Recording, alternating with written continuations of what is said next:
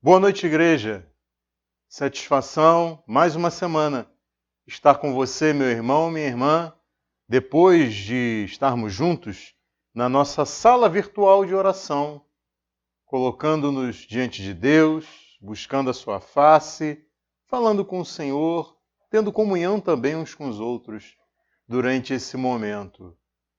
Você que não tem participado da nossa oração, todas as quintas-feiras, às 19h30, nós estamos reunidos em uma sala virtual de oração, buscando a Deus juntos.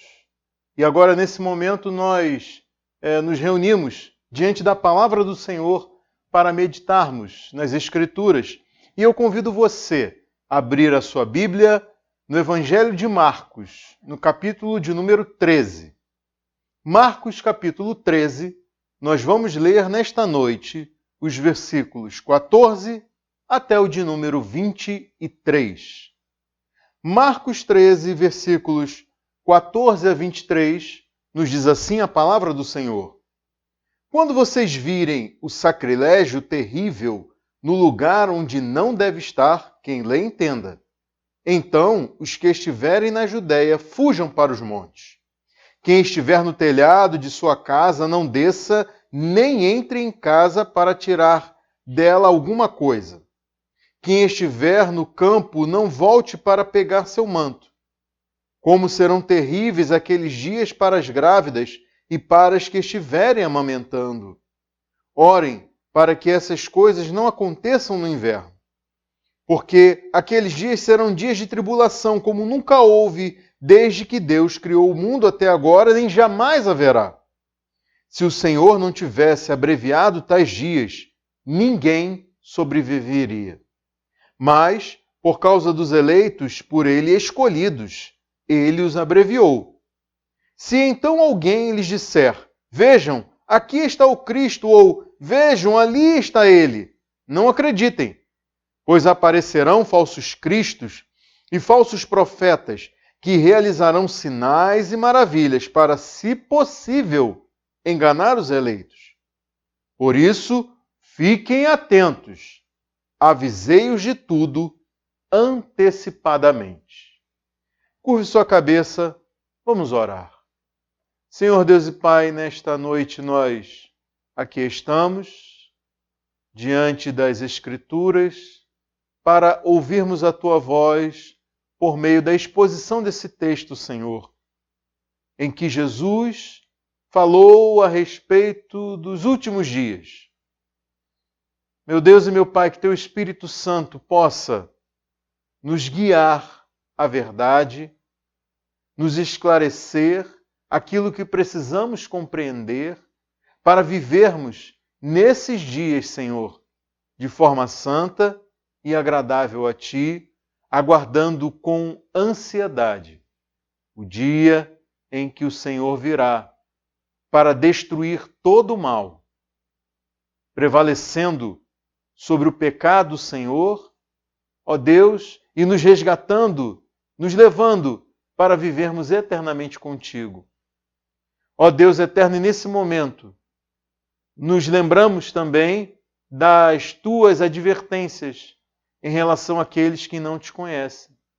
Que essa palavra, Senhor, possa alcançar corações e transformar vidas.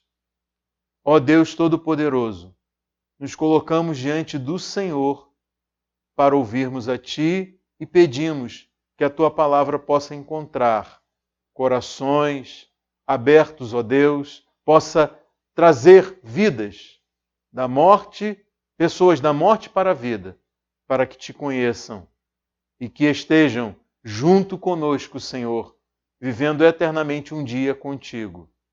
Oramos em nome de Jesus. Amém. Bom, meus irmãos e minhas irmãs, nós estamos prosseguindo na série de mensagens intitulada O Evangelho de Marcos para uma Igreja Missional. E o trecho que nós lemos aqui deste capítulo 13 do Evangelho de Marcos faz parte do discurso que ficou conhecido como o Sermão Escatológico de Jesus. Este sermão é chamado de escatológico por causa da palavra escatologia. E a escatologia é o estudo das últimas coisas. A escatologia ela trata das questões do fim ou do propósito da vida. A escatologia ela se preocupa com o alvo do plano de Deus e trata da consumação da história. A escatologia trata do futuro da criação, do futuro da humanidade e do futuro de cada pessoa individualmente. E diante disso, a gente pode perceber a dimensão e as implicações do que Jesus disse nesse sermão.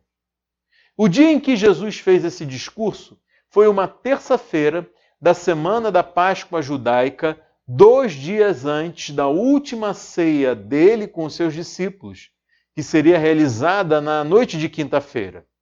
Logo em seguida, Jesus seria preso, julgado, crucificado, para na tarde da sexta-feira ele ser sepultado.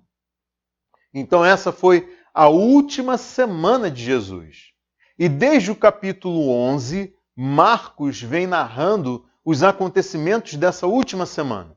Jesus fez a sua entrada triunfal em Jerusalém no domingo, montado em um jumentinho, quando então ele foi aclamado pelo povo como o filho de Davi, o rei anunciado pelos profetas de antigamente.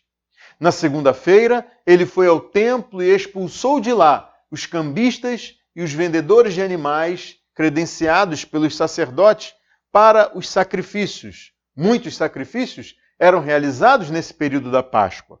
Foi nessa ocasião que Jesus disse que as autoridades religiosas tinham transformado o templo em um covil de ladrões. No dia seguinte, ele retornou ao templo com os seus discípulos. Só que no caminho, os discípulos tiveram a atenção despertada para algo surpreendente que tinha acontecido no dia anterior. Vejam vocês que na manhã do dia anterior, na segunda-feira, no caminho para o templo, Jesus viu de longe uma figueira exuberante. E essa figueira estava dando a pinta de que deveria estar pejada de figos. Só que, quando Jesus chegou perto, não encontrou nem um fruto sequer, a não ser folhas. Foi quando ele disse: ninguém mais coma do seu fruto. Daí então, na manhã dessa terça-feira, ao passarem novamente por ali, os discípulos viram que a figueira estava seca desde as raízes. A maldição de Jesus contra aquela árvore se cumpriu de uma forma surpreendente, contra todos os sinais externos, contra todas as probabilidades, contra todas as perspectivas. O que Jesus disse se cumpriu exata e precisamente. Só que, mais do que uma declaração de juízo contra uma árvore, a secura daquela figueira mostrou-se como um símbolo daquilo que o povo judeu, a cidade de Jerusalém e o templo amargariam futuramente em razão do juízo de Deus. A maldição dessa figueira foi um sinal, foi uma ilustração daquilo que aconteceria ao sistema de culto e também ao templo em Jerusalém. O templo que era tão belo, tão exuberante como aquela figueira, também seria destruído, mesmo contra todas as probabilidades e perspectivas aparentes. E nesse momento é importante destacar a história desse templo. O templo que era reconhecido como o lugar onde Deus habitava, era a representação da presença de Deus no meio do povo. A história do templo em Jerusalém ela tem início quando Salomão recebeu do seu pai, o rei Davi, as provisões para a sua construção e tudo conforme as orientações dadas por Deus. Depois de iniciadas, as obras foram encerradas em 7 anos. Mas, ao longo do tempo, ao longo dos séculos, esse templo de Salomão ele foi pilhado e foi profanado. Até que, perto do ano 586 a.C., o rei babilônico Nabucodonosor destruiu Jerusalém, inclusive este belo templo de Salomão, levando os tesouros ali para a Babilônia. 50 anos depois, na volta dos remanescentes do cativeiro da Babilônia, chegando em Jerusalém, um altar para o novo templo foi imediatamente construído. Algum tempo depois, foi iniciado o trabalho de reconstrução do próprio templo, que foi completado em 20 anos. Mas esse templo reconstruído nem chegava aos pés daquela estrutura majestosa e bonita edificada por Salomão. Mas, infelizmente, esse templo reconstruído foi saqueado, foi profanado também. Em 168 a.C., o rei da Síria, chamado Antíoco Epifânio, invadiu Jerusalém com as suas tropas, sacrificou um porco no altar e ergueu uma estátua ao deus grego Zeus dentro do templo. Essa foi uma profanação do templo terrível. A estátua de um deus pagão foi colocada no lugar onde o Deus de Israel era adorado. E um animal considerado impuro pela lei religiosa foi sacrificado no altar, onde os cordeiros eram oferecidos em sacrifícios a Deus para a purificação de pecados. Só que Antíoco Epifânio fez mais do que isso. Ele procurou pela força converter os judeus à religião politeísta e à cultura grega. Ele proibiu o culto, a guarda do sábado, a circuncisão e as restrições alimentares impostas pela lei religiosa. Daí então, 3 anos depois, uma revolta judaica sagrou-se vitoriosa e levou à purificação e consagração do templo novamente. Até que, 50 anos mais tarde, foi a vez dos romanos invadirem e saquearem o templo, ainda que sem destruí-lo. Os romanos declararam Herodes o Grande como rei dos judeus. Herodes não era judeu e por isso ele era rejeitado pelo povo. Mas aí, em uma ação, digamos, populista, Herodes resolveu expandir e embelezar aquele templo. As obras começaram no ano 19 a.C., portanto, bem antes de Jesus nascer.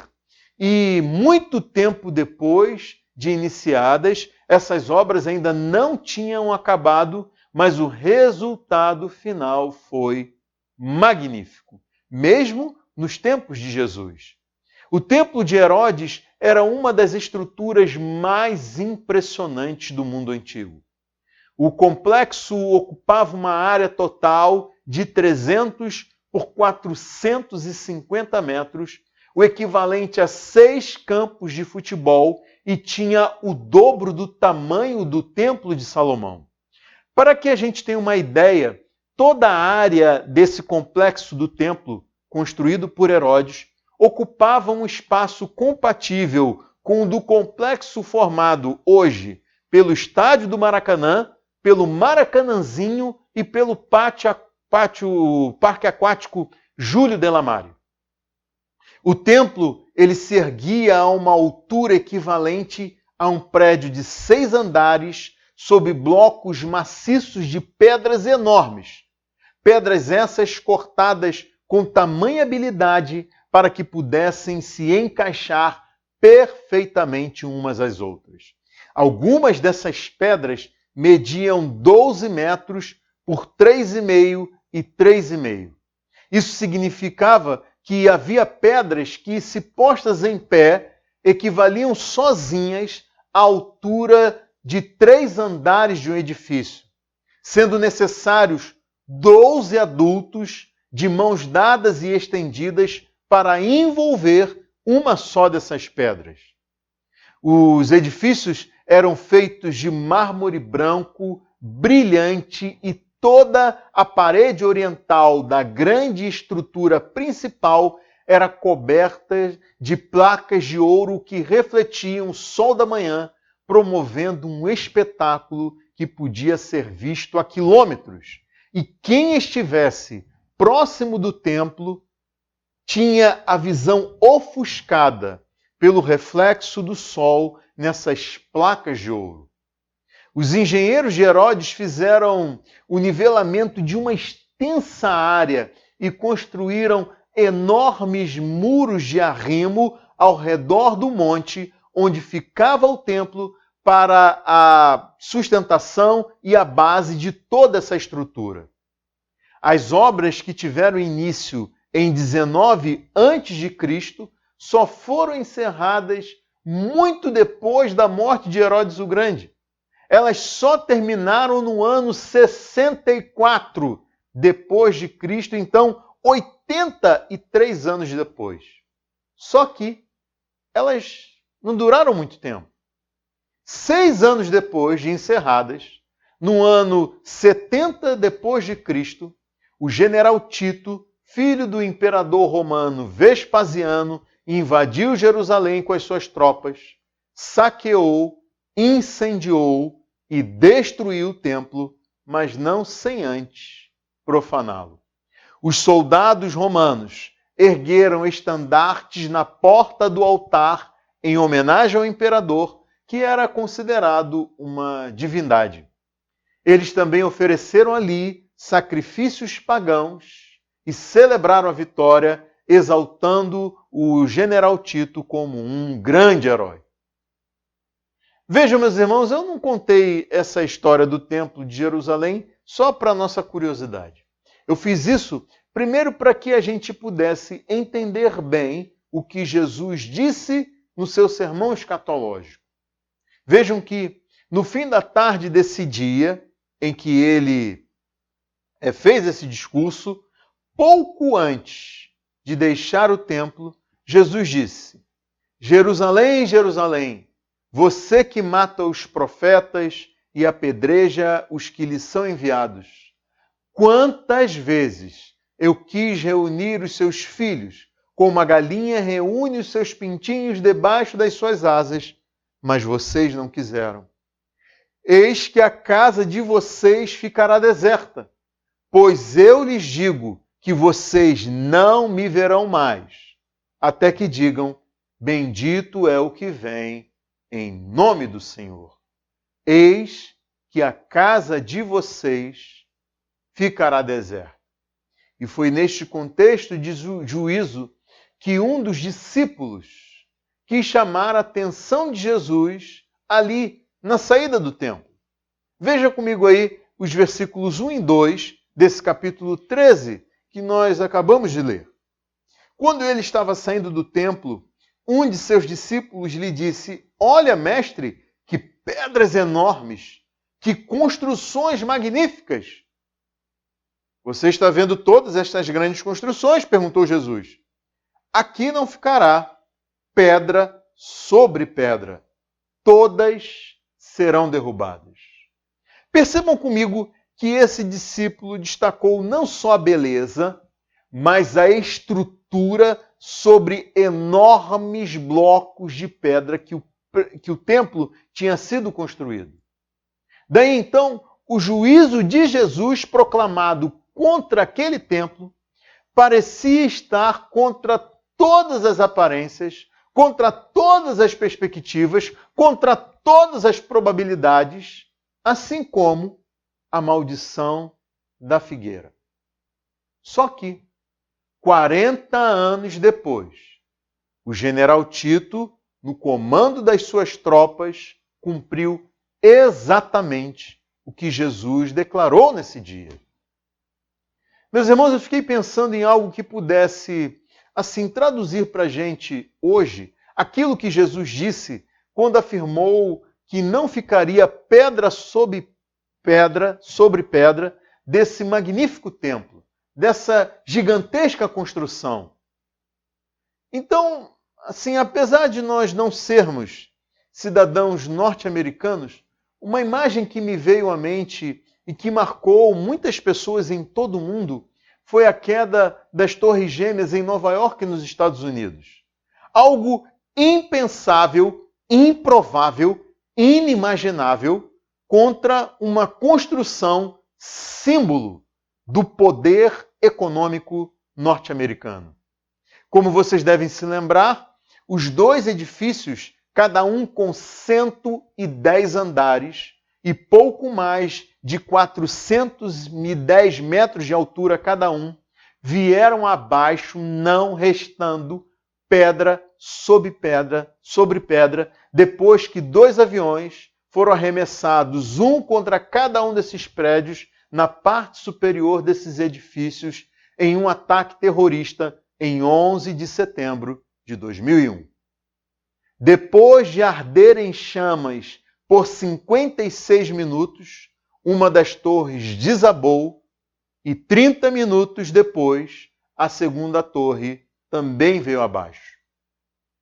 Vejam vocês que na destruição do templo no ano 70, o exército romano construiu estruturas de madeira e empilhou madeira e outros materiais inflamáveis ao redor dos muros das construções e ateou fogo.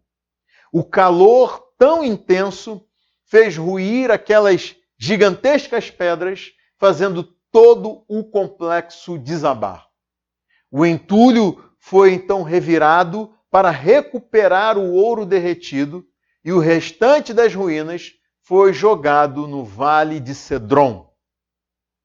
E dessa forma, conforme a profecia de Jesus, não restou pedra sobre pedra daquele templo.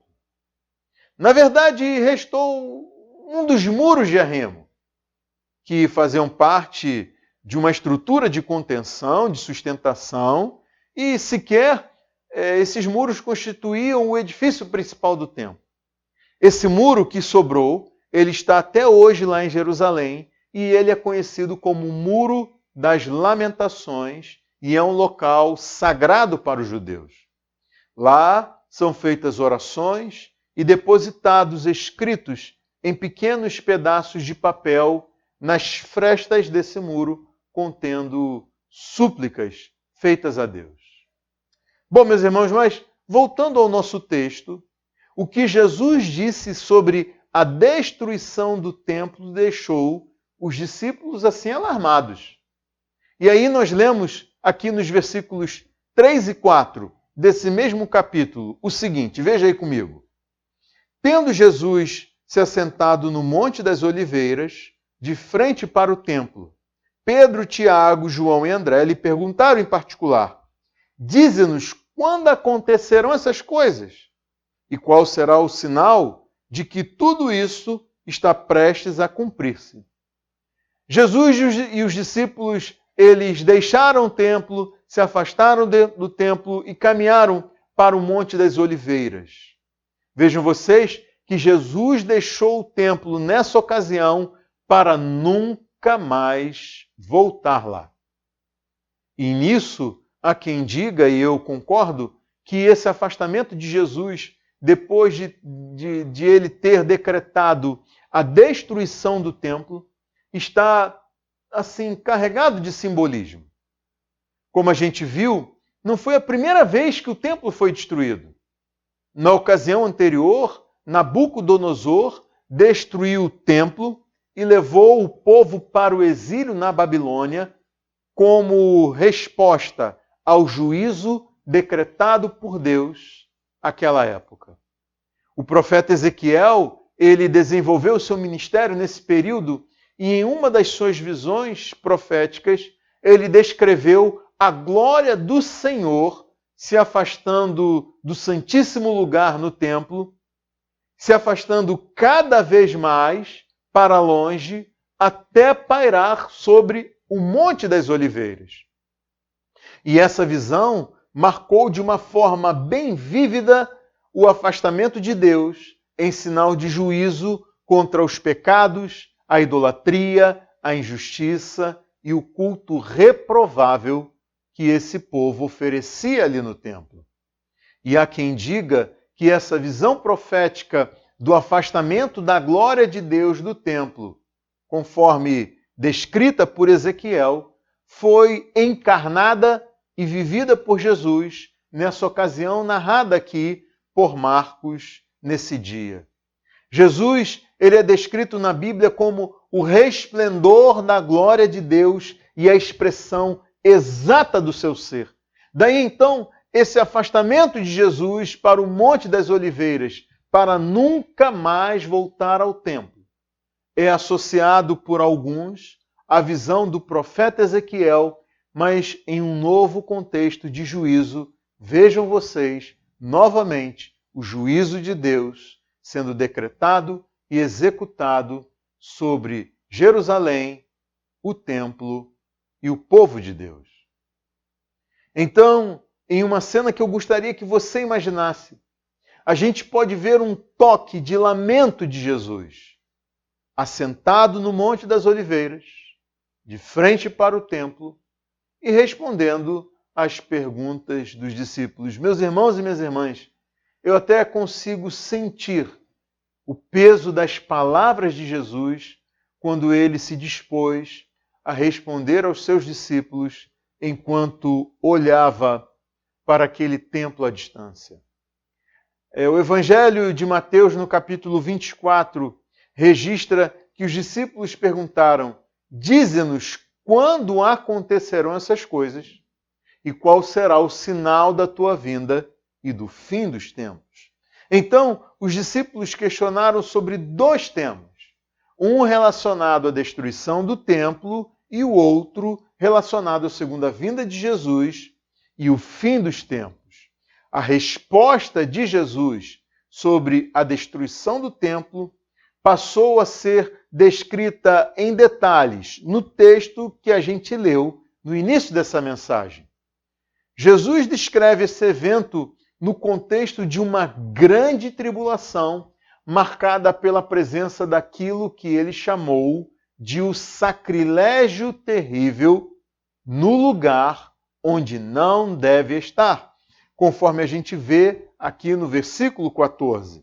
Quando vocês virem o sacrilégio terrível no lugar onde não deve estar, quem lê entenda. Mateus, ele registra essa mesma fala de Jesus no seu evangelho e dá para a gente aqui um detalhe muito importante. Conforme Mateus registrou, Jesus disse: assim, quando vocês virem o sacrilégio terrível do qual falou o profeta Daniel no lugar santo, quem lê, entenda. Então, a gente tem aqui a pista sobre o que Jesus está falando. Jesus, ele está fazendo menção à profecia de Daniel. E Daniel faz o registro desse tal sacrilégio terrível em 3 ocasiões, lá no seu livro, conforme nós temos no capítulo 9, versículo 27, capítulo 11, versículo 31 e no capítulo 12, versículo 11 do livro de Daniel. Eu não vou ter tempo aqui de ler esses textos dentro dos contextos em que eles aparecem, mas eu posso descrever para vocês algumas características que nos levam a entender esse sacrifício, esse sacrilégio terrível, a partir das profecias de Daniel. Daniel aponta para um homem que promove ações contra os mandamentos de Deus, fazendo com que as pessoas abandonem esses mandamentos em troca de benesses dadas por ele. Ele acaba com o sacrifício diário, profana o templo, ocasião em que ele realiza esse tal sacrilégio terrível. Esse homem tem sob o seu comando forças armadas e as usa para investir contra o templo. Bom, meus irmãos, a expressão o sacrilégio terrível, conforme registrada aqui na Bíblia que eu estou usando, que é a tradução NVI, ela também é traduzida como o abominável da desolação, o grande terror, a terrível profanação, a abominação do assolamento, a abominação da desolação, em outras traduções da Bíblia. Essas traduções descrevem, então, uma ação de profanação do sagrado que traz como consequência a desolação e o assolamento no sentido de uma devastação e uma ruína, como também no sentido de aflição, pesar, consternação, angústia, desalento e assombro. O resultado da ação desse homem, profetizado por Daniel, tem o sentido de tornar algo sem vida, sem esperança. Conforme eu disse, ao contar a história do templo em Jerusalém, no ano 168 a.C., o rei Antíoco Epifânio fez o que Daniel havia profetizado. Mas Jesus, aqui, como nós lemos em Marcos no capítulo 13, 200 anos depois desse episódio, aponta para um tempo futuro, em que a profecia de Daniel ainda seria cumprida. Então, o que Antíoco Epifânio fez foi só um exemplo daquilo que esse homem anunciado por Jesus ainda faria no futuro. Daí vocês devem se lembrar que eu disse que no ano 70, depois de Cristo, o general Tito destruiu o templo depois de profaná-lo com os seus símbolos e com os seus sacrifícios pagãos. Lucas, ele registra em seu evangelho que Jesus disse nessa ocasião aqui, que nós lemos em Marcos 13. Lucas registra que Jesus disse: quando virem Jerusalém rodeada de exércitos, vocês saberão que a sua devastação está próxima. E foi exatamente isso que o general Tito fez, dando a entender que tudo se cumpriu então naquela ocasião. Só que Jesus nos dá outras informações aqui sobre a destruição de Jerusalém e do templo, que apontam para um cumprimento ainda futuro dessa profecia, aquilo que não foi realizado plenamente no ano 70 e nem na história subsequente. Por exemplo, vejam que Jesus disse aqui no versículo 19 de Marcos capítulo 13, versículo 19. Porque aqueles serão dias de tribulação como nunca houve desde que Deus criou o mundo até agora, nem jamais haverá. É inegável que a destruição de Jerusalém no ano 70 foi uma grande tribulação, que inclusive deixou, conforme estimativas, 1 milhão de mortos. Mas nada comparado com o que ocorreu na história depois disso. Vejam vocês que na Segunda Guerra Mundial estima-se que tenham sido mortos 6 milhões de judeus. Uma carnificina 6 vezes pior.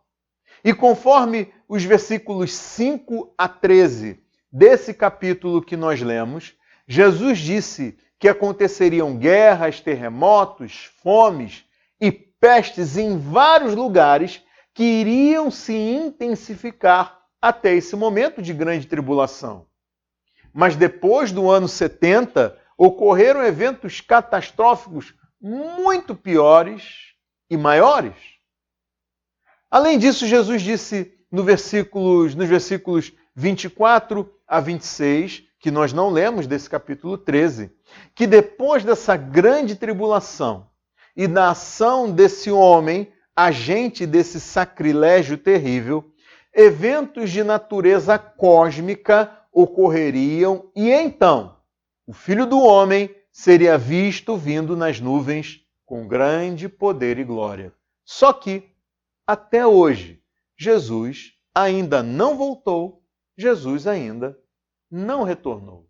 Então, esse homem anunciado por Jesus, conforme as profecias de Daniel, Não foi Antíoco Epifânio, nem o general Tito.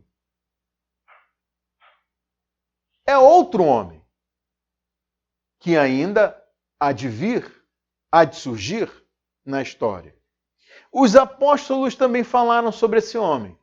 Esse homem é identificado pelo apóstolo Paulo na segunda carta aos Tessalonicenses, no capítulo 2, versículos 1 a 11. Paulo identifica esse homem como o homem do pecado, o filho da perdição. Paulo diz e o identifica, o descreve como um perverso. Alguém que promove um ministério da iniquidade conforme a ação de Satanás, com todo o poder, com sinais e com maravilhas enganadoras. O apóstolo João também fala desse homem, só que João o identifica como o anticristo. Ainda que João afirme que muitos anticristos já tenham surgido na história, mas esses anticristos surgiram como uma ilustração desse anticristo final que virá e fará aquilo que foi profetizado ainda no futuro.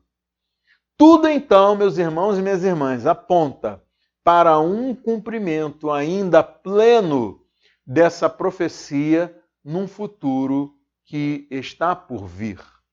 Mas nada disso desqualifica nem desacredita o que Jesus profetizou aqui. O que Jesus disse se cumpriu no ano 70 e provou que as suas palavras são verdadeiras e plenamente confiáveis. Daí então a gente deve pensar o que nós podemos aprender com as palavras de Jesus sobre a destruição de Jerusalém e do templo nesse trecho aqui desse sermão escatológico. Vejam vocês que a primeira coisa que se deve destacar é uma mudança na dispensação ou na forma como Deus passou a se relacionar com o seu povo. Deus não se importou em destruir o templo e mudar o sistema de culto judaico. Ele aboliu os sacrifícios em razão do único, suficiente, eficaz e definitivo sacrifício de Jesus na cruz do Calvário. Só que, ainda hoje, há muitos que permanecem presos a essa ideia de um templo. Vejam vocês que alguns de nós evangélicos, chamam o prédio da igreja de templo e o púlpito de altar, até numa boa intenção para valorizar e trazer às pessoas um senso de reverência com relação ao culto que é realizado ali. Outros vão muito além e querem trazer para dentro da igreja elementos do templo judaico, como aquele castiçal conhecido como menorá ou a Arca da Aliança, e colocar isso ali sobre o púlpito da igreja. Outros vão muito mais além e se dispõem a edificar o Templo de Salomão aqui no Brasil. Usar uma estola e outras peças do vestuário judaico, como aquela cobertura chamada de kippá. E há quem se entregue a um culto que valoriza mais a aparência externa do que a fiel exposição da palavra e a presença do Espírito Santo nos cultos. Meus irmãos e minhas irmãs, ainda que a gente não deva tratar com desprezo, com desleixo, o lugar que nos foi concedido pela graça de Deus para que pudéssemos nos reunir e celebrar o nosso culto a Ele, nós devemos ter ciência que mais importa é a fé e a piedade vistas tanto nas nossas celebrações públicas quanto nos nossos corações e nas vidas daqueles que se reúnem para celebrar esses cultos. Vejam vocês que Deus trouxe um juízo sobre o seu povo. Ainda hoje, meus irmãos e minhas irmãs, nós não podemos ignorar que Deus age para corrigir aqueles a quem Ele ama. E aí, nós podemos também extrair dessas palavras de Jesus um ensino para nós ainda hoje. Vejam vocês quanta hipocrisia, religiosidade vazia e legalista era praticada no templo em Jerusalém. E aí nós devemos olhar para as nossas vidas e perceber como nós temos vivido a nossa vida cristã. Vejam vocês que foi uma profanação, uma abominação que trouxe uma desolação, uma destruição para o templo. E aí nós devemos olhar para as nossas vidas e perceber se nós não temos trazido abominações, profanações para dentro das nossas casas, para dentro dos nossos corações. Nós que somos o templo do Senhor, a morada do Espírito Santo.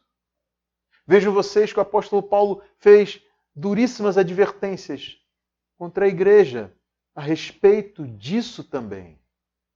Meus irmãos e minhas irmãs, que nós estejamos vigilantes para que, por causa das consequências da ação disciplinadora de Deus, nas nossas vidas também não sobre pedra sobre pedra. Percebam que Jesus começou dizendo no versículo 5, cuidado que ninguém os engane. E encerrou dizendo no versículo 23, por isso fiquem atentos, avisei-os de tudo antecipadamente. Então Jesus ele chama a nossa atenção para que nós não sejamos enganados. E para isso nós devemos permanecer em estado de alerta. Isso mostra que nós não podemos achar que Jesus ainda vai tardar a voltar e de tal forma que nós podemos viver de uma forma relaxada nesse mundo. Que nós podemos viver de qualquer maneira e de qualquer forma nesse mundo. Ainda mais sabendo que tem surgido anticristos ao longo da história. E aí então é que nós não podemos mesmo de deixar de considerar o que Jesus disse. Vejam bem aí o que ele disse nos versículos 21 e 22. Se então alguém lhes disser, vejam, aqui está o Cristo, ou vejam, ali está ele, não acreditem, pois aparecerão falsos cristos e falsos profetas que realizarão sinais e maravilhas para, se possível, enganar os eleitos. Percebam que é no momento de grande tribulação, escassez, desespero, que os enganadores, que os aproveitadores encontram um campo aberto para a exploração das pessoas. Uma crise financeira, a saúde tão debilitada, o sofrimento físico, mental ou da alma, tempos de grande aflição e incertezas. Essas coisas servem aos enganadores para oferecer um falso alívio e uma falsa esperança às pessoas. Então, eles dizem, vejam, venham, é aqui que está o Cristo. Eles podem até realizar sinais e maravilhas, mas lembrem-se que Jesus disse que no fim dos tempos, muitos dirão, Senhor, Senhor, não profetizamos nós em Teu nome? Em Teu nome não expulsamos demônios e não realizamos muitos milagres? Então Jesus dirá claramente a esses, nunca os conheci, afastem-se de mim, vocês que praticam o mal. Vejam o que Jesus também instruiu aos seus discípulos aqui nos versículos 14 a 18. Quando vocês virem o sacrilégio terrível no lugar onde não deve estar quem lhe entenda, então os que estiverem na Judéia fujam para os montes. Quem estiver no telhado de sua casa, não desça, nem entre em casa para tirar dela coisa alguma. Quem estiver no campo, não volte para pegar o seu manto. Como serão terríveis aqueles dias para as grávidas e para as que estiverem amamentando. Orem para que essas coisas não aconteçam no inverno. Vejam vocês que o telhado das casas naquele tempo servia para o descanso. O manto para proteção durante a noite fria. As grávidas e as que amamentavam teriam sérias dificuldades em fugir, fosse por causa da condição física delas ou por causa dos seus bebês. E Jesus disse: fujam para os montes. Diante da investida e do cerco de um exército inimigo, as pessoas elas corriam para dentro das cidades, buscando um refúgio dentro dos muros dessas cidades. Mas Jesus garantiu que isso seria uma tolice nesse caso, porque Jerusalém estava destinada à destruição. Vejam que há um sentido de urgência nas palavras de Jesus, o que evoca também uma ação prudente para a preservação da vida no meio dessa grande tribulação. E aí nós aprendemos que não se deve ficar preocupado em recolher bens quando a vida está em risco. Não se deve confiar nos próprios recursos quando o que se enfrenta é muito maior do que aquilo que nós temos para solucionar conforme as nossas habilidades ou a força do nosso braço. Nós aprendemos também que devemos ter compaixão daqueles que estão numa situação de maior risco e vulnerabilidade. E esses, meus irmãos e minhas irmãs, são princípios preciosos para a vida em todo o tempo nesse mundo de tão grandes tribulações enfrentadas vez por outra. É quando então Jesus diz: orem para que essas coisas não aconteçam no inverno, no versículo 18.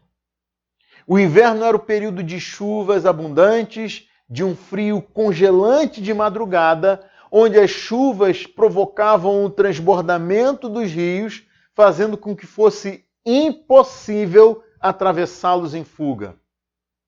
Mas o que realmente se destaca no que Jesus disse aqui é a oração.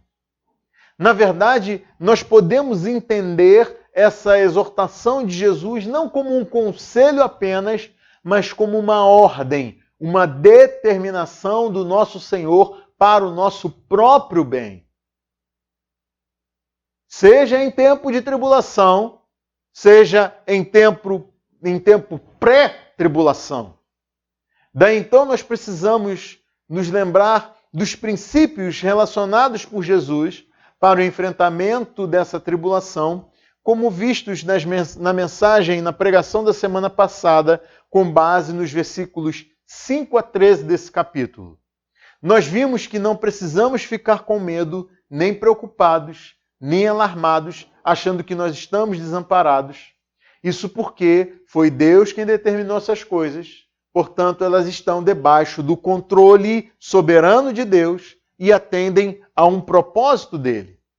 O fim dessas coisas já está determinado, portanto, elas têm um início e certamente terão um fim, ainda que nós não saibamos exatamente quando.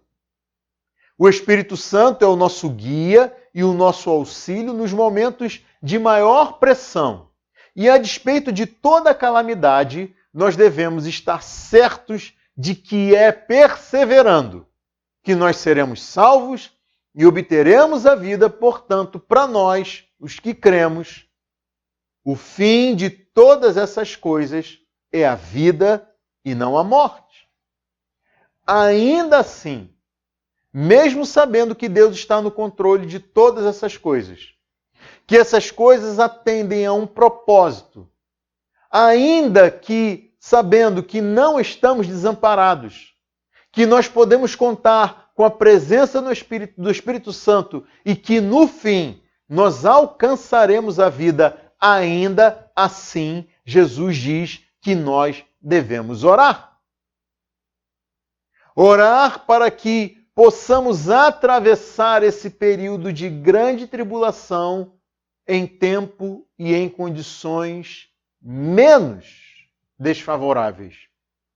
E daí, meus irmãos e minhas irmãs, nós precisamos entender que passaremos por tribulações,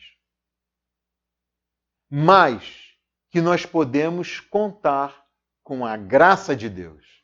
E aqui, mais uma vez, nós temos diante de nós as duas faces da mesma moeda que nos parecem ser misteriosas e até mesmo irreconciliáveis, mas são ambas verdades afirmadas nas Escrituras. E aquilo que Deus uniu, quem somos nós para separar? E essas duas verdades unidas nas Escrituras são a soberania de Deus e a responsabilidade humana. Sim, Deus decretou todas essas coisas. Sim, elas estão debaixo do controle soberano de Deus. Sim, Deus determinou o início e o fim dessas coisas, mas nós somos chamados à oração diante dessas coisas. Nós somos chamados também à ação. Não devemos negligenciar os mandamentos e os meios que Deus nos proporcionou para o cuidado da nossa própria vida. O versículo 20 revela de forma deslumbrante a graça de Deus em meio a essa grande tribulação. Vejam vocês aí, se o Senhor não tivesse abreviado tais dias, ninguém sobreviveria. Mas, por causa dos eleitos por ele escolhidos, ele os abreviou. Vejam vocês que os crentes em Jesus são chamados na Bíblia de povo escolhido de Deus, santo e amado, em Colossenses 3,12. Amados de Deus, em 1 Tessalonicenses 1,4. Amados pelo Senhor, porque desde o princípio Deus os escolheu para serem salvos, em 2 Tessalonicenses 2,13. Geração eleita, povo exclusivo de Deus, em 1 Pedro 2,9.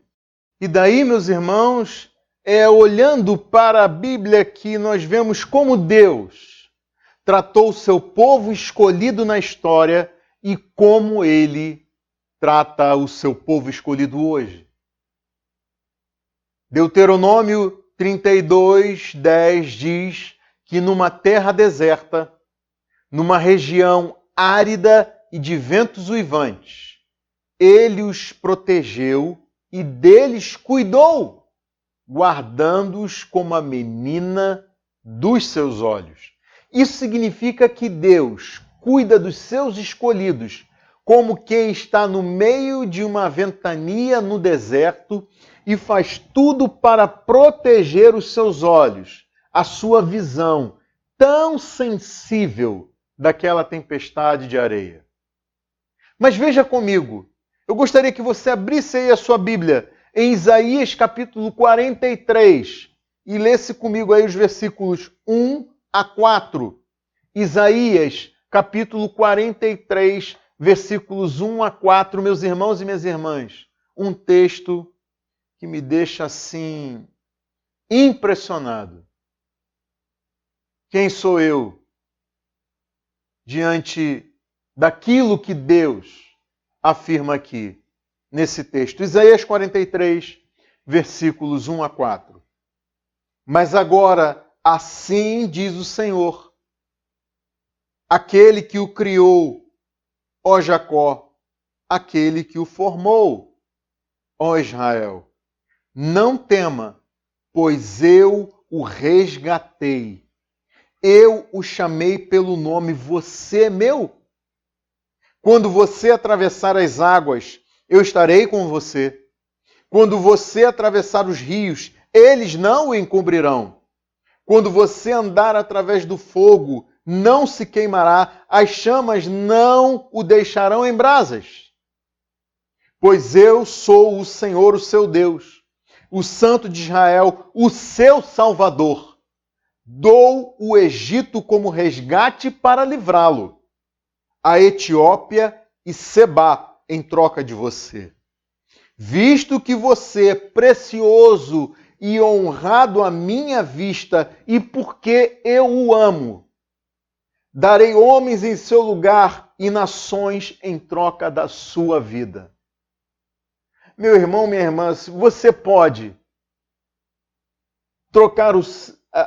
Quando Deus fala aqui a Jacó, Israel, pelo seu nome, e se colocar nesse lugar como alvo do amor de Deus, aquele que o criou, aquele que o formou, aquele que o resgatou das trevas, do império das trevas, do reino de Satanás e o transportou para o reino do seu Filho amado, aquele que o chama pelo nome. Você não é mais um na multidão diante dos olhos de Deus.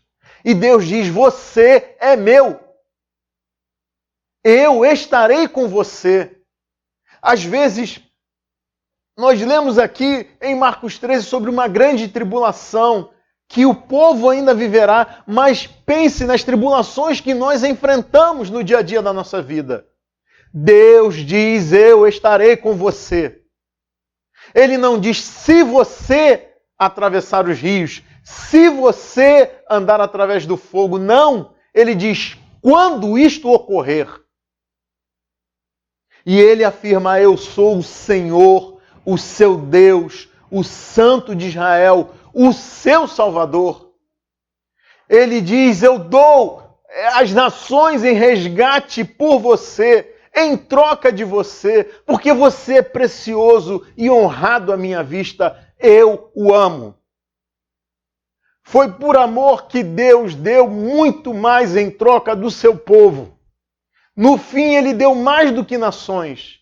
Ele deu o seu filho em resgate para livrar da morte e da condenação eterna o seu povo. Ele o amou de tal maneira que deu o seu filho para que todo o que nele crê tenha a vida eterna. Por isso, se essa declaração de amor de Deus faz sentido para você, meu amigo, minha amiga, arrependa-se e creia em Jesus e receba a vida eterna você também. Curve sua cabeça, vamos orar. Senhor Deus, nós te agradecemos por essa noite, pela tua graça, pela tua bondade e misericórdia, Senhor. Olhamos para as nossas vidas e nos vemos tão pequenos, tão miseráveis, tão indignos, Senhor. Mas olhamos para o teu grande amor, para a tua graça infinita, ó Deus. Ajuda-nos a nunca duvidarmos de ti, ó Deus. E a confiarmos no Senhor, em meio às nossas lutas e tribulações, ó Deus, que são tão pequenas, em relação àquilo que o Senhor disse que esse mundo um dia experimentará. Ó Deus, mas que são tão grandes para nós, pessoalmente. Meu Pai, meu Senhor, que o teu Espírito Santo possa falar a corações. Que essas pessoas que ainda não te conhecem possam ser impactadas pela tua declaração de amor. Se arrependerem dos seus pecados, confessarem e se renderem diante de ti, Senhor. Nosso Deus e Salvador, nós te agradecemos por essa noite. Em nome de Jesus. Amém. Boa noite, meu irmão, minha irmã. Que Deus abençoe você e lhe conceda uma boa semana. Com a graça de Deus, estaremos de volta na semana que vem.